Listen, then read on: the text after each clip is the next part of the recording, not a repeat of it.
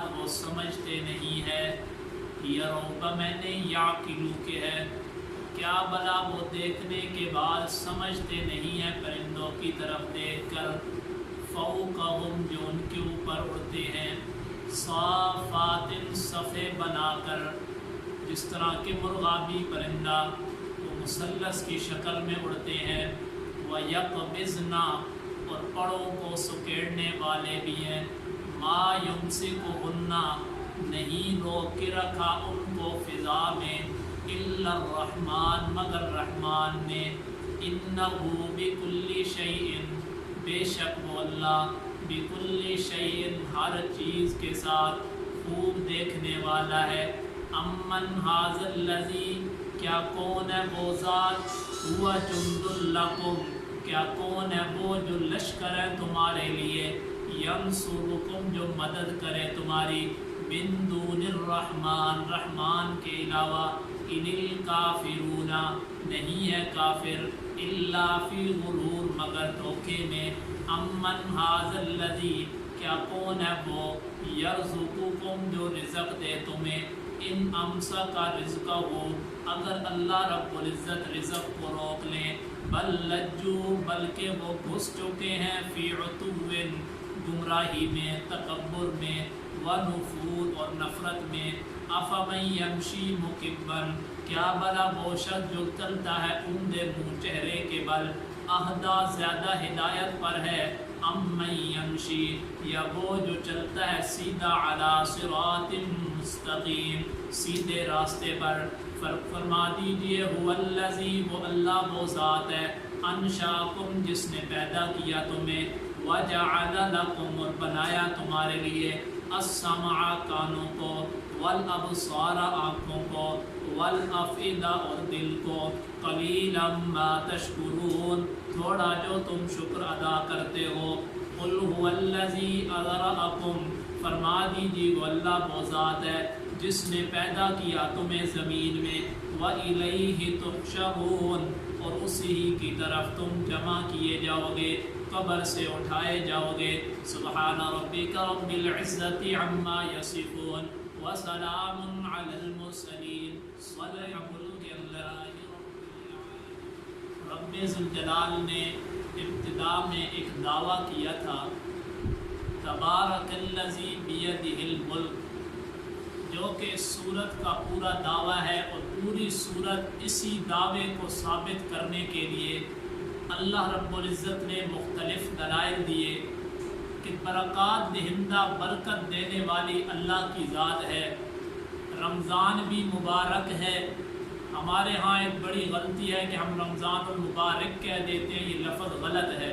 رمضان مبارک ہے، قرآن مجید مبارک کتاب ہے، لیلۃ القدر مبارک رات ہے، لیکن مبارک یعنی برکت دینے والی جو ذات ہے وہ اللہ کی ذات ہے۔ تو اس صورت میں اللہ رب العزت نے ایک دعویٰ کیا تھا کہ برکت دینے والی ذات ایک اللہ کی ذات ہے۔ اسی دعوے کو ثابت کرنے کے لیے اللہ نے اس صورت میں 3 عقلی دلائل جو عام تھے، عمومی عقلی دلائل تھے، ہر انسان اس کو سمجھ سکتا ہے، الذی بیدہ الملک کہ جس کے قبضہ قدرت میں بادشاہت ہے، جب بادشاہت اللہ کے ہاتھ میں ہے تو برکت دینے والی ذات بھی اللہ کی ہے۔ الذی بیدہ الملک وہو علی کل شیء قدیر، دوسری عقلی دلیل اللہ نے دی تھی عام، یعنی عام عقلی دلیل ہے، وہو علی کل شیء قدیر کہ وہ اللہ ہر چیز پر قادر ہے۔ جب ہر چیز پر قادر وہی ہے تو برکت دینے والا بھی وہی ہے۔ تیسری اللہ نے اپنی دلیل عام جو تھی عمومی طور پر ہر انسان سمجھ سکتا ہے، عام دلیل ہے، الذی خلق 7 سماوات طباقا کہ وہ ذات جس نے 7 آسمانوں کو تہ بتہ رکھا ہے۔ جب 7 آسمانوں کو تہ بتہ ان پر حکومت کرنے والی ذات اللہ کی ہے تو برکت دینے والی ذات بھی اللہ کی ہے۔ یہ تو وہ 3 دلائل تھے عقلی عمومی یعنی عام دلائل تھے، ہر انسان سمجھ سکتا ہے، لیکن اس صورت میں اللہ نے 8 عقلی دلائل خاص ذکر کیے ہیں۔ 8 عقلی دلیلیں اللہ نے خصوصی طور پر ایسی ذکر کی ہیں کہ جن کو ہر انسان نہیں سمجھ سکتا، بڑی گہرائی والی ہے۔ وہ تو عام دلیلیں تھی، ہر انسان سمجھتا، ہر انسان چاہے کافر ہے وہ بھی پتہ ہے کہ اس جہان کو پیدا کرنے والا، اس جہان پہ بادشاہت اللہ کی ہے، ہر چیز پر قادر اللہ کی ذات ہے، وہ یہ مانتے تھے تو وہ عام دلیل ہو گئی۔ ان کو پتہ تھا کہ 7 آسمانوں کو پیدا کرنے والی ذات اللہ کی ہے، باقی آگے انہوں نے اپنے چھوٹے چھوٹے کاموں کے لیے معبود بنا رکھے تھے، لیکن ہر کافر کا یہ عقیدہ ہے کہ اس جہان کو پیدا کرنے والی ذات اللہ کی ہے۔ آگے وہ اختیارات کسی اور کو بھی دے دیتے ہیں کہ ہمارے معبود بھی یہ کام کر سکتے ہیں، لیکن اولاً وہ اس بات کو تسلیم کرتے ہیں کہ ایک ذات ہے جو اس جہان کو چلانے والی ہے، تو وہ تو عمومی دلیل تھی۔ آگے اللہ نے 8 دلائل ایسے دیے جو خصوصی تھے، تو آج کے سبق میں ہماری 5ویں عقلی دلیل خاص طور پر، جو 8 دلائل میں سے 5ویں عقلی دلیل خاص ذکر ہو رہی ہے۔ اللہ رب العزت فرماتے ہیں اولم یروا الی الطیر، کیا بھلا وہ کفار پرندوں کی طرف نہیں دیکھتے؟ قرآن مجید میں کچھ الفاظ ایسے ہیں جو افعال ازداد میں سے ہیں، یعنی ان کے مختلف معنی ہوا کرتے ہیں۔ یرو کا معنی یعقلو کے ہے، کیا بھلا وہ دیکھ کر سمجھتے نہیں ہیں؟ پرندوں کو آسمان کی طرف نہیں دیکھتے، فوقہم جو ان کے اوپر ہیں، صافات صفے بنا کر اڑتے ہیں، اور کچھ جو ہے پروں کو کبھی سکیڑتے ہیں کبھی کھول دیتے ہیں۔ ما یمسکہن الا الرحمن، ان کو آسمان پہ فضا پہ نہیں روکا مگر رحمان میں۔ اس صورت میں اللہ رب العزت کی بادشاہت 3 علاقوں پر ہے۔ سب سے اوپر آسمان ہے، اس کے بھی دلائل گزر چکے ہیں۔ اس کے بعد دوسرے نمبر پر اللہ کی جو بادشاہت ہے زمین پر ہے، زمین کی جتنی مخلوق ہے، زمین کے نیچے جتنی مخلوق ہے، ان سب پر اللہ کی بادشاہت ہے، وہ بات بھی گزر چکی ہے۔ تیسرا جو علاقہ ہے جس پر اللہ کی بادشاہت ہے وہ ہے فضا، نہ آسمان نہ زمین، آسمان و زمین کے درمیان جو فضا ہے اس پر بھی بادشاہت اللہ کی ہے۔ آج ہمارے سبق میں اللہ رب العزت اس فضا کا تذکرہ کر رہے ہیں کہ فضا کے اندر بھی بادشاہت جو ہے وہ اللہ کی ہے۔ ما یمسکہن الا الرحمن، نہیں روکتا ان کو مگر رحمان نے۔ ان ہوا بکل شیء بصیر، بے شک وہ اللہ تعالیٰ ہر چیز کو خوب دیکھنے والا ہے۔ انسان کی عقل، اللہ نے فرمایا اولم یروا، کیا بھلا وہ دیکھتے نہیں ہیں؟ یہ اللہ نے کیوں فرمایا؟ اصل میں اللہ رب العزت سمجھانا چاہتے ہیں کہ دنیا میں تم دیکھتے نہیں ہو، ایک اینٹ ہے، اب اینٹ وہ پتھر کی ہے، مٹی کی ہے، مٹی کی طبیعت ہے کہ وہ نیچے کی طرف جاتی ہے، لیکن جب انسان کی طبیعت نے یہ چاہا کہ میں اس اینٹ کو اٹھا کے آسمان کی طرف اوپر منزل کی طرف پھینکوں، اب انسان کی طبیعت میں یہ ارادہ پیدا ہوا کہ میں یہ ارادہ کرتا ہوں، یہ چاہتا ہوں کہ اس اینٹ کو اٹھا کر دوسری منزل تک پہنچاؤ۔ انسان اس کو پھینکتا ہے تو وہ دوسری منزل تک پہنچ جاتا ہے۔ تو اللہ رب العزت فرماتے ہیں کیا تم دیکھتے نہیں ہو؟ دنیا کے اندر تم کسی کام کا ارادہ کرتے ہو باوجود اس چیز کے طبیعت کے کہ وہ چیز یہ چاہتی ہے کہ میں زمین کی طرف جاؤں، لیکن تمہارے ارادے کی وجہ سے وہ چیز آسمان اوپر کی طرف چلی جاتی ہے۔ تو وہ ذات جس کا ارادہ وجود رکھتا ہے، سورہ یاسین کھول لیں، سورہ یاسین کی آخری آیات ہیں۔ اللہ رب العزت فرماتے ہیں انما امرہ اذا اراد شیئا، آخری آیت سے ایک آیت پہلے، سورہ یاسین صفحہ نمبر 402، انما امرہ اذا اراد شیئا، نہیں سوائے اس کے اللہ جب ارادہ کرتا ہے، اذا اراد شیئا، جب نہیں سوائے اس کے اللہ کا حکم، اللہ نے کسی کام کے کرنے کا حکم دیا، اذا اراد شیئا، جب وہ کسی شے کے کرنے کا ارادہ کرتا ہے، ان یقول لہ کن فیکون، پھر اسے کام وہ کرنے کی ضرورت نہیں ہوتی، کن فیکون، بس وہ کہتا ہے وہ کام ہو جاتا ہے۔ یہ تو ہمیں سمجھانے کے لیے کن فرمایا، اللہ کو تو کن کہنے کی بھی ضرورت نہیں، بس اللہ کا ارادہ وجود رکھتا ہے، انسان کا ارادہ وجود نہیں رکھتا۔ انسان نے کوئی ارادہ کیا میں نے سفر کرنا ہے، اب صرف ارادہ کرنے سے وہ سفر ہو نہیں جائے گا، بلکہ اس کو تیاری کرنی ہوگی، سفر کی تیاری کرنی ہوگی، گاڑی استعمال کرنی ہوگی۔ لیکن اللہ رب العزت جب ارادہ کرتے ہیں تو اللہ کا ارادہ وجود رکھتا ہے۔ یہ کن فیکون، یہ انسانیت کو سمجھانے کے لیے اللہ نے لفظ ذکر کیا کن فیکون، اور یہ کنایا ہے سرعت تکوین سے کہ اتنے جلدی وہ کام ہو جاتا ہے، جس طرح کن فیکون، کن کہنے میں دیر نہیں ہے، آگے وہ کام ہو جاتا ہے۔ یہ تو ہمیں سمجھانے کے لیے ہے، اللہ کو تو کن کہنے کی بھی ضرورت نہیں۔ تو اللہ رب العزت سمجھاتے ہیں جس طرح ایک طبیعت وہ خلاف طبیعت تمہارے ارادے کی وجہ سے چلی جاتی ہے، تو رب جو ہوں میں وہ ذات ہوں کہ میں نے اس طبیعت کو خلاف طبیعت میں اگر تبدیل کیا ہے تو وہ ذات بھی میں ہوں۔ جب وہ اینٹ تمہارے ارادے سے اوپر چلی جاتی ہے تو یہ پرندے جو ہیں تو ان کو آسمان پہ روکنے والے بھی ذات میں ہی ہوں۔ ٹھیک ہے پرندوں کی طبیعت اگر وہ پروں کو بند کر دیں وہ نیچے گر جائیں، لیکن وَيَقْبِضْنَا، کبھی کبھی وہ فضا میں پروں کو سکیڑتے بھی ہیں۔ مَا يُمْسِكُهُنَّ إِلَّا الرَّحْمَنُ، ان کو فضا میں نہیں روک کے رکھا مگر رحمان نے۔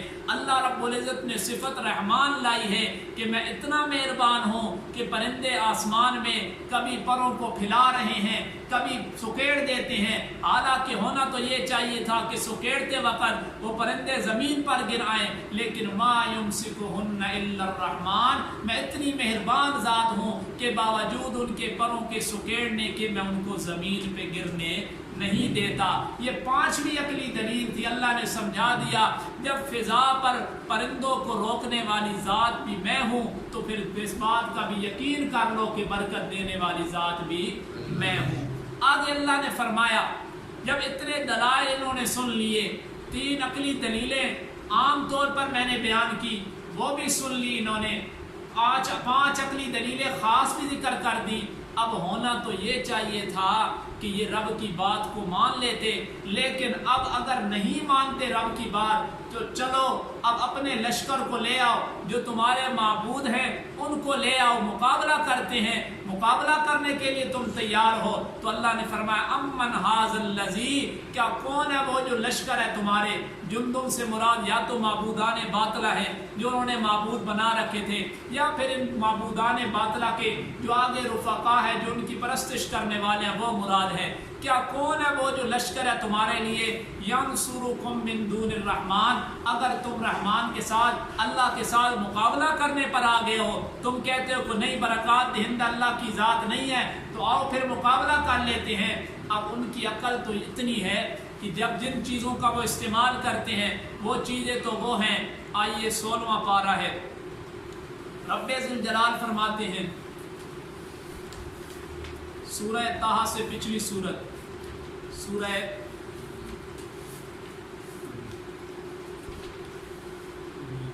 سورہ مریم کے آخر میں 281 نمبر صفحہ سب سے آخری آیت، ان کل من فی السماوات والارض الا آتی الرحمن عبدا، نہیں ہے جو کچھ زمین میں سارے کا سارا، الا آتی الرحمن عبدا، مگر رحمان کے پاس وہ مملوک بن کر خادم بن کر قیامت کے دن آئیں گے۔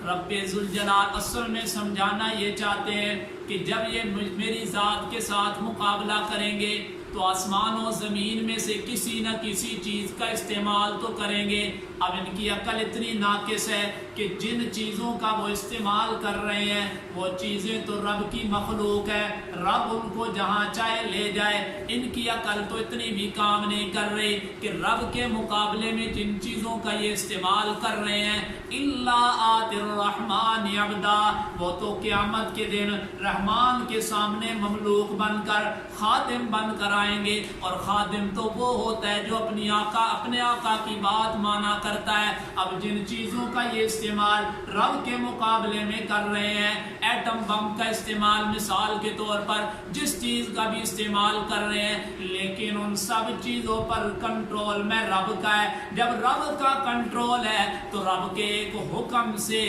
وہ کسی کام کے نہیں رہیں گے۔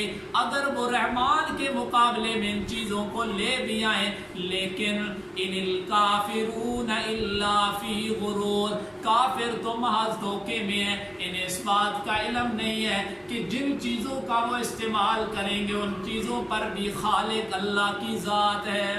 یہ اللہ نے سمجھا دیا۔ امن ھذا الذی یرزقکم، اللہ نے ایک اور عقلی دلیل ذکر کر دی، یہ اسی جو 5ویں عقلی دلیل ہے اسی کے تحت یہ اللہ رب العزت گویا کہ ان کو ڈرا رہے ہیں تخویف اور ثمرہ ذکر کر رہے ہیں، ڈرا رہے ہیں کہ اگر تم رحمان کے مقابلے میں آ بھی جاؤ تو تم رحمان کا مقابلہ نہیں کر سکتے، بلکہ اللہ تو وہ ذات ہے۔ اللہ ڈرانے کے طور پر کہہ رہے ہیں کہ اگر رحمان اللہ کی ذات تم سے رزق کو روک لے، کیونکہ اللہ نے فرمایا قُلْ مَنْ يَرْزُقُكُم مَّن فِي السَّمَاوَاتِ وَالْأَرْضِ، کہ آسمان و زمین میں اگر کوئی رزق دینے والی ذات ہے، کوئی رازق حقیقی ہے تو وہ اللہ کی ذات ہے۔ اللہ نے فرمایا اگر رحمان ہوں، میں ہوں تو بڑا مہربان، لیکن تمہاری ہٹ درمی کی وجہ سے اگر میں رزق کو بند کر دوں تو تمہارے پاس رزق کو کون لے کر آئے گا؟ بل لجوا فی عتو ونفور، اللہ فرماتے ہیں میں نے اتنے دلائل ذکر کر دیے، میں نے ان کو ڈرایا بھی کہ اگر تم میرے مقابلے میں آؤ گے تو کچھ نہیں کر سکتے، اور میں اگر رب ہوں رحمان، میری صفت رحمان مجھ پہ غالب ہے، لیکن باوجود رحمان ہونے کے تمہارے مقابلے میں آنے کی وجہ سے میں تمہارے رزق کو بند کر دوں تو کوئی تمہارے پاس رزق کو لوٹا بھی نہیں سکتا۔ لیکن اللہ فرماتے ہیں بل لجوا فی عتو ونفور، بلکہ یہ تو نافرمانی میں اور تکبر کی آڑ میں آ کر رب کی نافرمانی کرتے ہیں، تکبر کی وجہ سے یہ رب کا مقابلہ کرنا چاہتے ہیں۔ آگے اللہ رب العزت نے مومنین اور کافر کے درمیان تقابل ذکر کیا ہے۔ افمن یمشی مکبا، ایک آدمی وہ ہے جو الٹے منہ چل رہا ہے، الٹے بال، پاؤں کے بال، چہرے کے بال وہ چل رہا ہے، اور دوسرا وہ آدمی ہے جو صراط مستقیم پر چل رہا ہے۔ مثال کے طور پر ایک آدمی وہ ہے جو قرآن کی تعلیمات پر عمل کرتا ہے، اور دوسرا آدمی وہ ہے جو قرآنی تعلیمات پر عمل نہیں کرتا اور وہ شرک میں مبتلا ہو گیا ہے۔ اللہ فرمانا چاہتے ہیں کیا یہ دونوں برابر ہو سکتے ہیں؟ بالکل برابر نہیں ہے۔ ایک آدمی سنت کی تابعداری کرتا ہے، اس کے لیے اللہ پیغمبر علیہ الصلوۃ والسلام نے فرمایا نظر اللہ عمران سمع مقالتی، اللہ تر و تازہ رکھے اس شخص کو جس نے میری حدیث مبارکہ کو سنا اور آگے اس کو پھیلایا۔ اب اس کے لیے تو خوشخبری ہے، لیکن دوسرا وہ شخص ہے جو حدیث مبارکہ کی تعلیمات پر عمل نہیں کرتا بلکہ بدعت کی گمراہی میں گمراہ ہو جاتا ہے، تو اس کے درمیان کوئی تقابل نہیں۔ اور شرک اور بدعت ایسی بیماری ہے کہ قیامت کے دن اللہ رب العزت کی ذات اگر چاہے انسان 100 گناہ کر لے، لاکھوں گناہ کر کے اللہ کے دربار میں چلا جائے بغیر معافی کے، اگر وہ مر بھی جاتا ہے، یہ آج ہم نے غلط بیان کیا ہوا ہے کہ شرک کا گناہ جو ہے وہ معاف نہیں ہوتا۔ شرک کا گناہ دنیا کے اندر اگر انسان سچی توبہ کر لے تو شرک بھی معاف ہو جاتا ہے۔ مطلب یہ ہے کہ اگر انسان شرک کی حالت میں مر جائے تو کل قیامت کے دن اللہ کی رحمت نے اگر جوش مارا، اللہ کی رحمت جوش میں آئی تو سارے گناہ معاف کر دیں گے، لیکن اللہ نے فرمایا شرک میں بغیر توبہ کے معاف نہیں کروں گا۔ دنیا میں اگر شرک سے توبہ کر لی پھر تو معاف کر دوں گا، لیکن اگر اسی شرک کی حالت میں موت آ گئی تو کل قیامت کے دن مجھ سے یہ امید نہ رکھنا کہ تمہارے گناہ جس طرح اور میں معاف کر دوں گا، شرک والا گناہ بھی معاف کر دوں گا۔ اللہ نے فرمایا یہ شرک والا گناہ مجھے اتنا ناپسند ہے کہ اللہ ایک حدیث مبارکہ میں آتا ہے کہ اللہ رب العزت فرماتے ہیں انسان بھی کتنا نافرمان ہے، حدیث قدسی ہے، پیغمبر علیہ الصلوۃ والسلام فرماتے ہیں انسان بھی کتنا ناشکرا ہے کہ میں رب اس کو نعمتیں عطا کرتا ہوں، اس کے باوجود وہ میری نعمتوں کی ناقدری کرتا ہے، ناشکری کرتا ہے، اور ناشکری کا مطلب کیا ہے کہ وہ میری ذات کے ساتھ شریک ٹھہراتا ہے۔ پیغمبر علیہ الصلوۃ والسلام کی حدیث مبارکہ ہے، آپ علیہ الصلوۃ والسلام نے فرمایا کہ قیامت کے دن میں حوض کوثر میں اپنے امتیوں کو جام کوثر پلا رہا ہوں گا، ایک وقت وہ بھی آئے گا کہ میں پلا رہا ہوں گا، سامنے سے ایک بڑی جماعت، بڑی خوبصورت چہرے والی، بڑی خوبصورت داڑھیوں والی وہ آ رہے ہوں گے۔ اب میرے دل میں یہ تمنا پیدا ہوگی کہ کاش یہ جلدی میرے پاس آئیں، اور اتنی خوبصورت میری امتی ہے میں ان کو اپنے ہاتھوں سے جام کوثر پلاؤں، لیکن اللہ تو دلوں کے بھید جانتا ہے، درمیان میں پردہ حائل ہو جائے گا۔ پیغمبر علیہ الصلوۃ والسلام جبرائیل امین سے پوچھیں گے اتنی خوبصورت میری امت آ رہی تھی، ان کے درمیان پردہ کیوں حائل ہو گیا؟ تو اللہ کی طرف سے جواب ملے گا میرے پیارے پیغمبر یہ آپ کے وہ امتی ہیں جنہوں نے آپ کے چلے جانے کے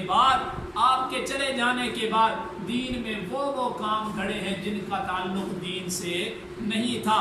آج ہم کام نیکی کا کر لیتے ہیں، نیکی ہی تو ہے لیکن وہ ہوتا خلاف شریعت ہے۔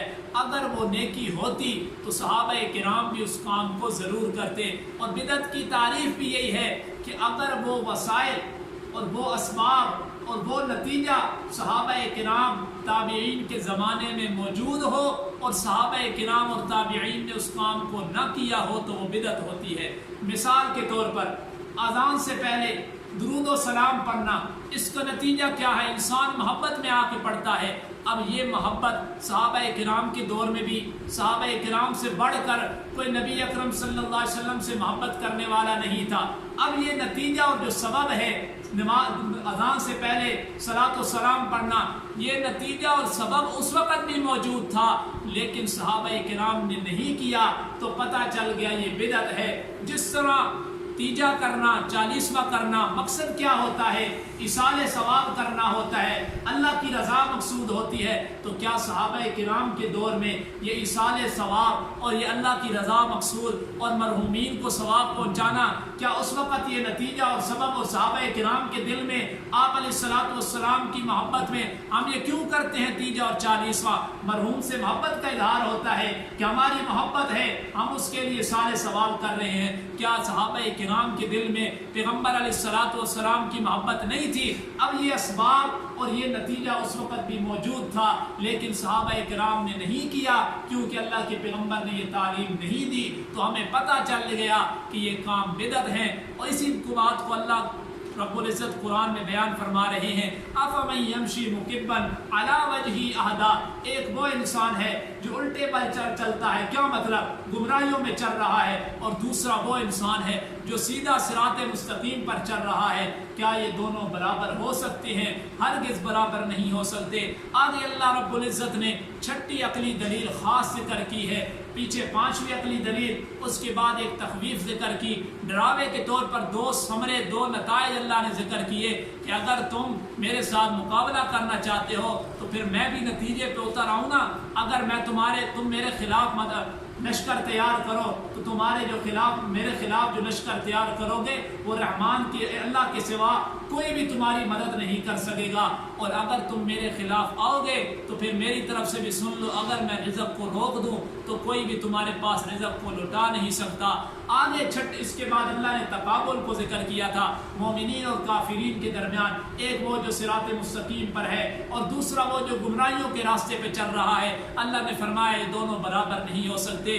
آگے چھٹی عقلی دلیل اس بات کو ثابت کرنے کے لیے اللہ نے ذکر کی کہ ہر چیز پر برکات دہندہ جو ہے، برکت دینے والی ذات وہ اللہ کی ہے، کیونکہ البرکت من اللہ، برکت اللہ کی طرف سے ہوتی ہے. فرمایا قل هو الذی انشاکم، فرما دیجئے اب یہ وہ دلائل ہیں کہ اللہ رب العزت پیغمبر علیہ الصلوۃ والسلام کی زبان اطہر سے اعلان کروا رہے ہیں کہ اے میرے پیارے پیغمبر، میں نے تو بڑے دلائل ان کو دیے، بڑی میں نے دلیلیں ذکر کی، اس کے باوجود انہوں نے نہیں مانا.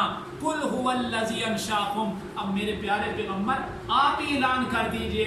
آپ کو تو نبوت کے دعویٰ کرنے سے پہلے صادق اور امین بھی تو مانتے تھے، آپ اعلان کر کے کہہ دیجئے شاید آپ کی بات مان لیں. قل هو الذی انشاکم، فرما دیجئے میرے پیارے پیغمبر وہ اللہ وہ ذات ہے جس نے پیدا کیا تمہیں اور تمہارے لیے کان، آنکھ اور دل بنائے.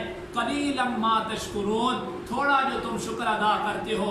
حالانکہ اللہ نے کان دیے، آنکھ والی نعمت عطا کی، دل والی نعمت عطا کی، لیکن اللہ آگے اظہار کر رہے ہیں کہ انسان بھی کتنا ناشکر ہے. قلیلا ما تشکرون، کان میں نے دیے، آنکھ میں نے دی، پیشانی وہ پیشانی جو ایک میری ذات کے سامنے جھکنی چاہیے تھی، لیکن انسان اتنا ناشکرا ہے کہ اس پیشانی کو بھی دوسروں کے غیروں کے سامنے جھکاتا ہے. تو اللہ گویا اس میں شکوہ کر رہے ہیں کہ انسان اتنی نعمتوں کے باوجود قلیلا ما تشکرون، میرا بہت کم شکر ادا کرتا ہے. حالانکہ اللہ نے فرمایا لئن شکرتم لازیدنکم، جتنا تم شکر ادا کرو گے میں اللہ اتنا ہی زیادہ تمہیں دوں گا. اور اللہ کی تو نعمتیں، اللہ کے احسانات اس امت پر بہت زیادہ ہیں. پیغمبر علیہ الصلوۃ والسلام نے فرمایا کہ اللہ کی رحمت اس امت پر اتنی زیادہ ہے کہ اللہ رب العزت میری اس امت کو خسف اور مسخ کے عذاب میں مبتلا نہیں کرے گا. خسف کا کیا مطلب؟ زمین دھنس جائے، مکان دھنسنے شروع ہو جائیں اور انسان کی شکل کو اللہ تبدیل کر دے۔ یہ دو ایسے عذاب ہیں کہ اللہ نے پیغمبر علیہ الصلوۃ والسلام نے فرمایا کہ اللہ کی خصوصی رحمت ہے میری امت پر کہ اللہ رب العزت خسف اور مسخ کے عذاب میں اس امت کو مبتلا نہیں کریں گے۔ لیکن اتنی بڑی نعمتوں کے باوجود، اتنے احسان کے باوجود اللہ، لیکن یہ کوئی قاعدہ کلیہ نہیں ہے، اگر قانون بھی ہو نا تو قانون ہمارے لیے ہیں۔ اللہ رب العزت قوانین کے پابند نہیں ہے۔ اگر اللہ نے فرما دیا کہ میں مسخ اور خسف کے عذاب میں مبتلا نہیں کروں گا، لیکن اگر وہ کر دے تو اس کو کوئی پوچھنے والا نہیں ہے۔ اور کئی واقعات ملتے ہیں کہ مسخ ہو جاتی ہے، تبدیلی۔ ایک مشہور واقعہ اخبارات میں بھی آیا تھا کہ ایک عورت تھی، اس کی اولاد نہیں ہو رہی تھی، وہ کسی پیر کے پاس گئی، پیر نے اسے کہا کہ قرآن مجید کے اوپر معاذ اللہ بیٹھ کر تو نے غسل کرنا ہے۔ اب وہ قرآن کے اوپر بیٹھ گئی اور غسل کیا تو اللہ نے اس کی شکل کو مسخ کر دیا۔ تو یہ میں عرض کرنے کا مقصد یہ ہے کہ خسف اور مسخ اللہ نے اس امت پر عذاب مبتلا نہیں کرنا، لیکن اگر اللہ وہ کر دے تو اللہ کو کوئی پوچھنے والا نہیں، کیونکہ قانون کے پابند ہم ہیں۔ اللہ رب العزت قوانین کے بنانے والے ہیں، وہ کسی قانون کا پابند نہیں ہے۔ آگے اللہ نے فرمایا قُلْ هُوَ الَّذِي ذَرَاكُمْ، فرما دیجیے، ساتویں عقلی دلیل ہے، فرما دیجیے وہ اللہ وہ ذات ہے جس نے پیدا کیا تم کو زمین میں، وَإِلَيْهِ تُحْشَرُونَ، اور اسی کی طرف تم جمع کیے جاؤ گے۔ انسان مٹی سے پیدا ہوا، مٹی میں ہی اس نے جانا ہے، پھر اس کے بعد اللہ نے اس کو اپنی طرف بلا لینا ہے۔ جس طرح صدیق اکبر رضی اللہ نے فرمایا منہا خلقناکم وفیہا نعیدکم ومنہا نخرجکم تارۃ اخری۔ یہاں سے استدلال کرتے ہوئے مفسرین کرام استدلال کرتے ہیں کہ جس مٹی سے اللہ رب العزت نے آپ علیہ الصلوۃ والسلام کو پیدا کیا، اسی مٹی سے اللہ نے صدیق اکبر رضی اللہ تعالیٰ عنہ اور سیدنا عمر فاروق رضی اللہ تعالیٰ عنہ کو بھی پیدا کیا، کیونکہ اللہ نے فرمایا منہا خلقناکم، اسی مٹی سے ہم نے تم کو پیدا کیا، وفیہا نعیدکم، اور اسی میں ہم تمہیں لوٹائیں گے، ومنہا نخرجکم تارۃ اخری۔ تو صدیق اکبر رضی اللہ تعالیٰ عنہ اور سیدنا عمر فاروق رضی اللہ تعالیٰ عنہ کو اللہ نے اسی مٹی سے پیدا کیا جس مٹی سے آپ علیہ الصلوۃ والسلام کا جسد اطہر بنایا۔ تبھی تو اللہ نے فرمایا منہا خلقناکم وفیہا نعیدکم، کہ قبر بھی وہاں بنی جہاں آپ علیہ الصلوۃ والسلام کی قبر ہے، ومنہا نخرجکم تارۃ اخری، اور کل قیامت کے دن بھی اسی طرح اٹھیں گے کہ آپ کی دائیں جانب سیدنا صدیق اکبر ہوں گے